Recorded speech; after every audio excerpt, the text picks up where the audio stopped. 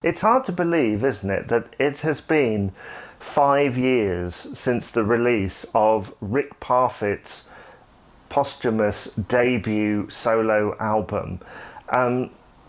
Time really does fly, doesn't it? I remember when I first got this, it was shortly after I lost my job, and shortly after this was released, a person close to me passed away. And so, yeah, there's a lot of memories, a lot of emotion for me tied into this album. But the thing is, this is an album that I didn't ever think was going to come, because in the mid-80s, we had recorded delivery being worked on with Rick in the studio with John Rhino Edwards and Jeff Rich, Pip Williams. And then that didn't come to pass for many reasons. Those tracks ended up being used, some of them, for releases in the Quo camp, on singles, B-sides, that type of thing. And so the idea of a Rick Parfitt solo album, I think we just kind of thought that's not going to happen.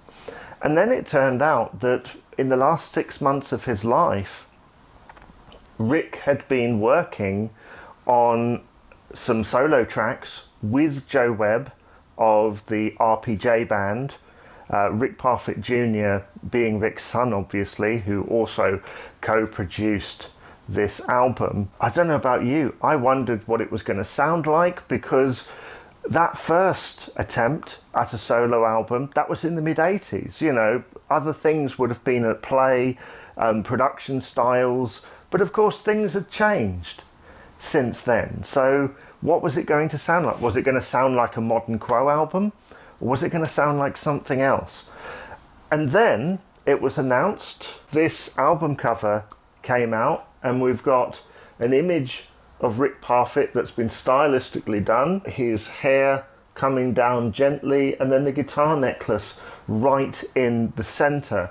And I love the font on the Rick Parfitt thing. It really makes me think that, you know, this is a brand. This is kind of separate from the Quo thing. We know who Rick Parfitt is, right? We know who Rick Parfitt is, but this is Rick by himself.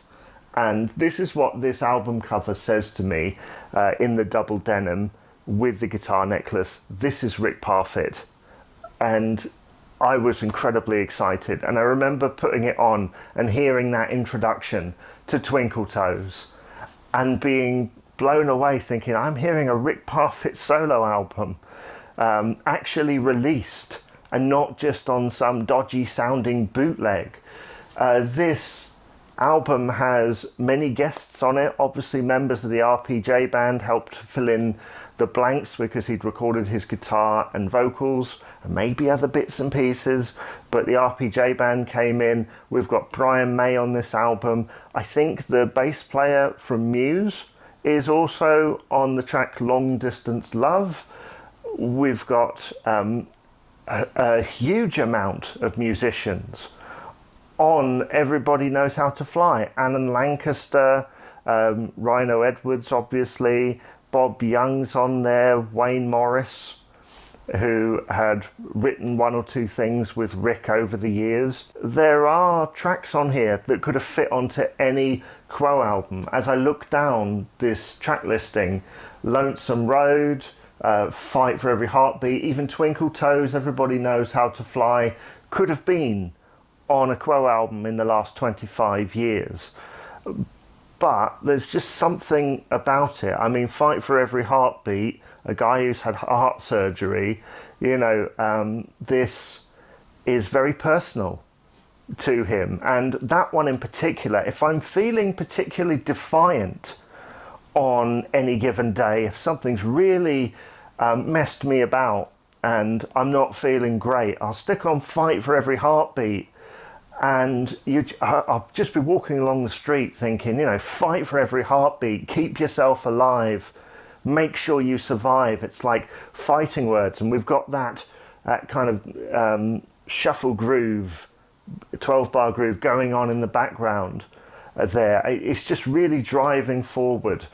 Things like Lonesome Road. I mean, Lonesome Road it's just pure Rick, isn't it? When that guitar comes in the middle, it's very throwback. It's been done, but it's Rick having one last hurrah. And I love the way in this version we've got that sort of drone going on, haven't we, before it goes into the section at the end, and we get faster, you know. So we have kind of a shuffly bit. It's like Rick showing two parts of his kind of Quo arsenal, that he can do that shuffle really well. That's not very easy to do, really. I've tried. It's not easy to do.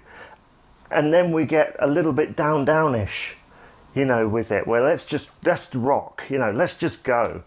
And I like that. I like that he got a chance to do that. Then there's the other side of this solo album, the other side of Rick Parfitt, that we see in previously mentioned tracks like This Is Me, right? Things like Without You, that he wrote and recorded in 1985, but didn't release. In this particular version, this has got strings on it. This is very much in the same composition, you know, the same order, but there's just something about it that just lifts it. I love the backing vocals. I love everything about it. It's so beautiful. And I remember listening to Ken Bruce playing this track for the first time, and I think many DJs would have played this thinking it's Rick Parfitt, it's going to go da-na-na-na-na-na like that, right? But then when Without You comes on, and at the end of it, Ken Bruce says, that was rather poignant. And it's like, yes it is. Because he is not just speaking for himself, he's speaking for other people as well. You know, and I think the thing that really gets me, certainly as a father, is when he's singing "Living My Life Without You," but then later when he brings with the "Without You, Son," it's like it gives an extra depth to it, and I'm tearing up, you know, because you think, what would I do if I was in that situation, if I had that amount of heartache? And so, yeah, it's a really emotional thing. And it's a place, I think, many people, I remember seeing on Twitter, someone said, Rick Parfitt can sing. Like they were surprised that he had this kind of beautiful range and these beautiful thoughts in there. Thought it was just like rock and roll stuff. And no, he did these things. We as Quo fans knew that he had this within him. Things like When I Was Falling in Love, for example. Some fans won't like that. I kind of do. It reminds me of things like Roy Orbison and the Travelling Wilburys and the stuff that Jeff Lynne puts out sometimes. It's lovely, you know, and I love that light and shade, and I think that's the thing. Some Quo albums in recent years have either gone like full on, or they've pulled back slightly, it feels. This has light and shade like those 70s albums have. You know, we've got your Lonesome Roads and your Fight for Every Heartbeats, but we've also got Without You, When I Was Falling in Love, you know, and to a lesser point, Lock Myself Away, which is kind of a rockabilly type thing. Then you've got things like Everybody Knows How to Fly with all of those musicians on it, and it's just like pure Quo. It's written by John David, who wrote lots of things that ended up being recorded by Quo, including the Party Ain't Over Yet, Kick Me When I'm Down, Rolling Home. It's just nice to hear. It's just an uplifting song, isn't it? Long Distance Love, which has a lyric video, is another John David composition. It just works because it's kind of what you'd expect, but it's not what you'd expect, you know. It sounds great on the radio, and I feel like if someone heard it on the radio, they wouldn't naturally identify it, or first identify it with Rick. I think they'd go, who is that?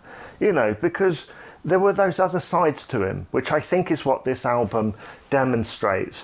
Now, when this album was released, there was 2 editions.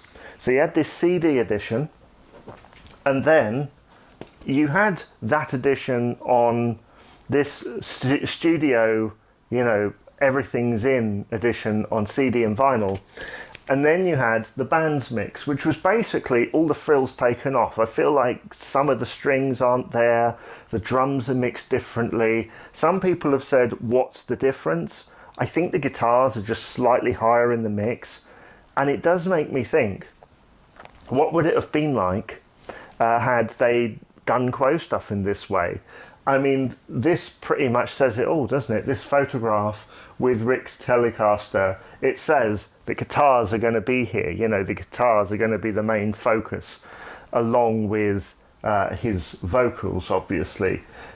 This is a beautiful photograph, and I love the fact that they've done this, to emphasize difference. Could you imagine if they just used this and then just put that at the top? Like, people would have been confused. I own this. I was interested to see what the difference was, and they did give you a code with it so that you could download it, which I did.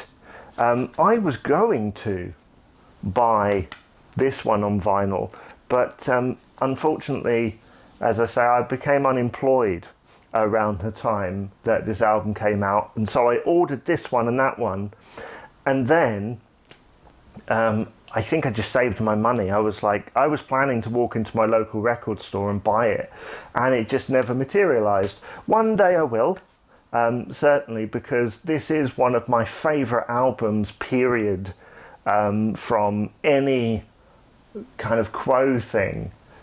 I mean, I love solo albums from all of them. I love the Rhino's Revenge stuff, the Rossi solo albums, the one from the mid-90s, 2010s, and then the recent one with Hannah Rickard. I love the stuff that Alan did with the Bombers and such like. And the thing about all of these things is, and I feel like Rossi says this in his book, that when they're working on solo things, it's like different parts of Quo, they're kind of going in slightly different directions with it. And with this, what you're getting is Rick Parfitt doing things that he could have brought to Quo, and doing other things that perhaps wouldn't have fit into that mold. But it's fine because it's Rick Parfitt. You get the best of both worlds. I think out of all of those albums, this is the one I always end up going back to more than the rest. And the thing is, this was a huge success at the time. It got to number 4, I think, in the UK charts. Number 1 on the independent record charts, I believe. I was looking earlier today. And so this made a huge splash in the world. And I think its legacy still lives on because the work done by Joe Webb and Rick Parfitt Jr. and everybody involved managed to get this album to fruition. And I'm so thankful for that, because I always end up going, out of all of the albums that have been released by Quo members in a solo capacity, this is the album I always end up going back to, whether in this one, although I think I prefer the studio mix in this one, or the band's mix. So yeah, to me it's timeless. So thank you, Rick, and thank you to everybody involved for creating such a beautiful album. So what do you think of this album? Please do let me know in the comments below.